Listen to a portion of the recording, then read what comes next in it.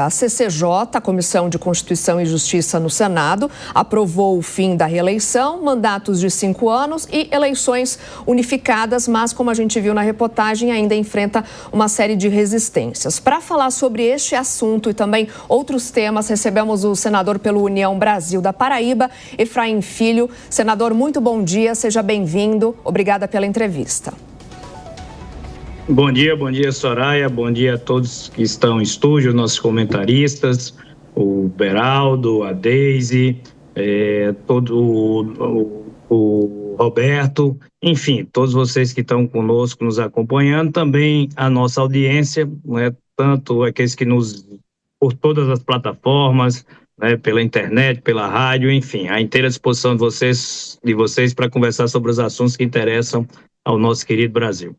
Vamos lá então, senador. Começando por essa questão do fim da reeleição. Queria entender, na sua avaliação, né, se o fim da reeleição para presidentes e também governadores é um caminho para melhorar a política aqui no Brasil. A gente sabe que foi aprovada na CCJ, mas ainda enfrenta resistências. A sua avaliação de que essa proposta vai avançar de fato ou pode ficar presa ali no Congresso?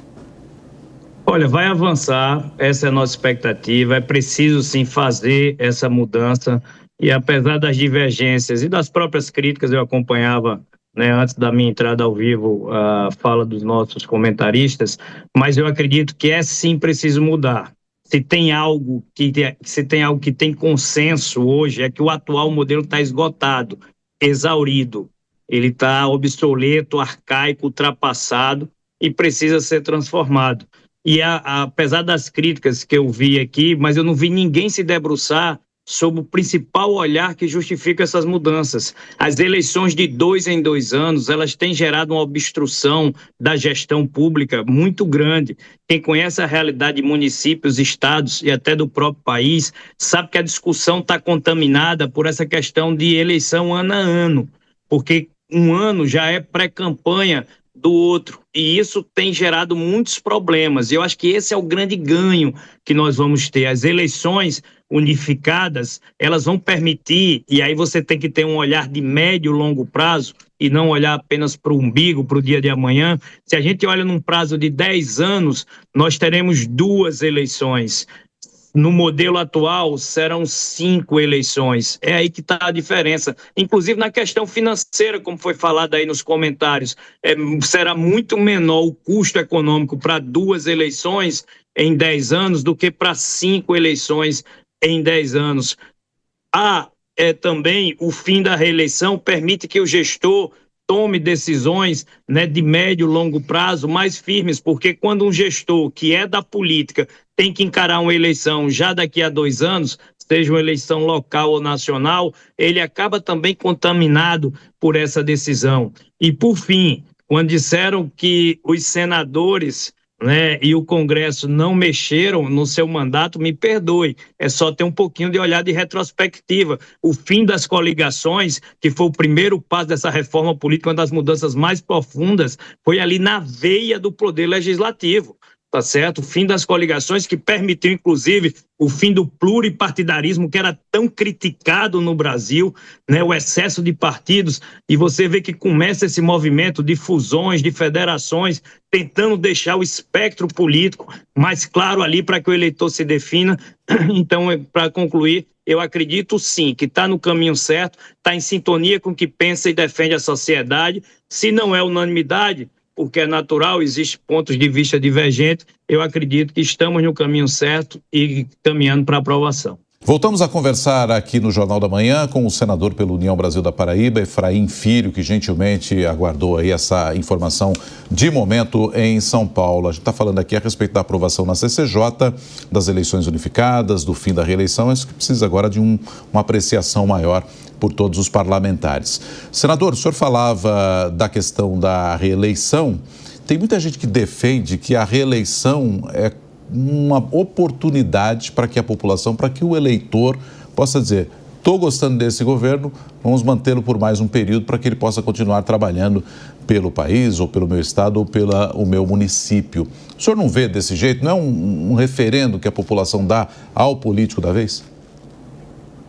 O grande problema, e você está correto, que, primeiro, não existe nenhum sistema perfeito. Se existisse, ele já estaria implementado. O que você tem que fazer são escolhas. Qual é a situação que precisa ser enfrentada nesse momento? E eu acredito que o Brasil, hoje, ele tem como grande gargalo a gestão pública. E as eleições de 2 em 2 anos, elas prejudicam, inclusive, a efetividade dessas políticas públicas. Na minha percepção, tá? E quem lida com a política, com a gestão há muito tempo, se você for perguntar a qualquer gestor, ou a grande maioria deles, se eles preferem 8 anos de gestão com eleições de 2 em 2 anos, ou se eles preferem um único mandato com 5 anos, né, ininterruptos, a grande maioria vai fazer a opção por ter 5 anos ininterruptos, ao invés de ter que estar enfrentando eleição de 2 em 2 anos. Eu acredito que esse modelo de eleição de 2 em 2 anos, ela foi bem-vinda, necessária e bastante útil para o país na transição que fizemos da ditadura para a democracia, ali com a Constituição de 1988. A eleição precisava estar ali no prato, na mesa do cidadão brasileiro, né, de forma frequente, para ele entender, né, que democracia é algo que necessita uma permanente vigilância, né, tá ali de 2 em 2 anos exercendo e fazendo escolhas. Eu acho que já depois de 30 anos, né, aí já chegando a quase 40 anos da aprovação da Constituição Federal, está na hora de adaptar essa prioridade, e a prioridade ser a gestão pública e, na minha percepção, volto a dizer, a reeleição, né, com mandatos, com eleições intercaladas de 2 em 2 anos, ela acaba sendo prejudicial, ela evita que gestores tomem decisões mais corajosas, que signifiquem, né, até uma disrupção com um modelo antigo, arcaico e obsoleto, e apesar das divergências, respeitando as opiniões contrárias, eu entendo sim que é o rumo correto e está em sintonia com aquilo que pensa e defende a sociedade. Senador, em relação aos mandatos, né, melhor dizendo, de senadores, o senhor já se manifestou dizendo que é favorável, que defende, né, o mandato de 8 para 5 anos. Essa mudança, para a gente entender um pouco melhor, tira um pouco da estabilidade que o Senado precisa, exige? Exato, Soraya. Mais uma vez, você tem ponto e contraponto. Ela tira, sim, um pouco dessa estabilidade, mas, ao mesmo tempo, qual era a alternativa a um mandato, a redução do mandato de senador? Era a ampliação do mandato de senador para 10 anos. E aí, sim, mais do que nunca, eu acredito que a gente entraria em choque, tá certo, com a opinião pública, exatamente com aquilo que as pessoas pensam e defendem. Então, eu acredito que essa redução do tempo de mandato é, inclusive, uma decisão corajosa da CCJ e do Senado Federal, é algo que sempre interrompeu, né, as tentativas de mudança de reforma eleitoral. Se você for olhar por que várias vezes ela parou no tempo, porque exatamente essa redução de tempo de Senado era algo que não era percebido pela própria casa. Eu acredito que agora chegou um momento de autocrítica, de um caldo cultural, né, de diálogos, de mudanças que foram sendo implementadas aos poucos, como o fim das coligações, e acho que essa decisão corajosa do Senado em aceitar reduzir os próprios mandatos, ela vai fazer com que destrave a reforma eleitoral. Recebemos o senador pela União Brasil da Paraíba, Efraim Filho, a quem eu agradeço mais uma vez a gentileza da entrevista. Senador, um bom dia para o senhor.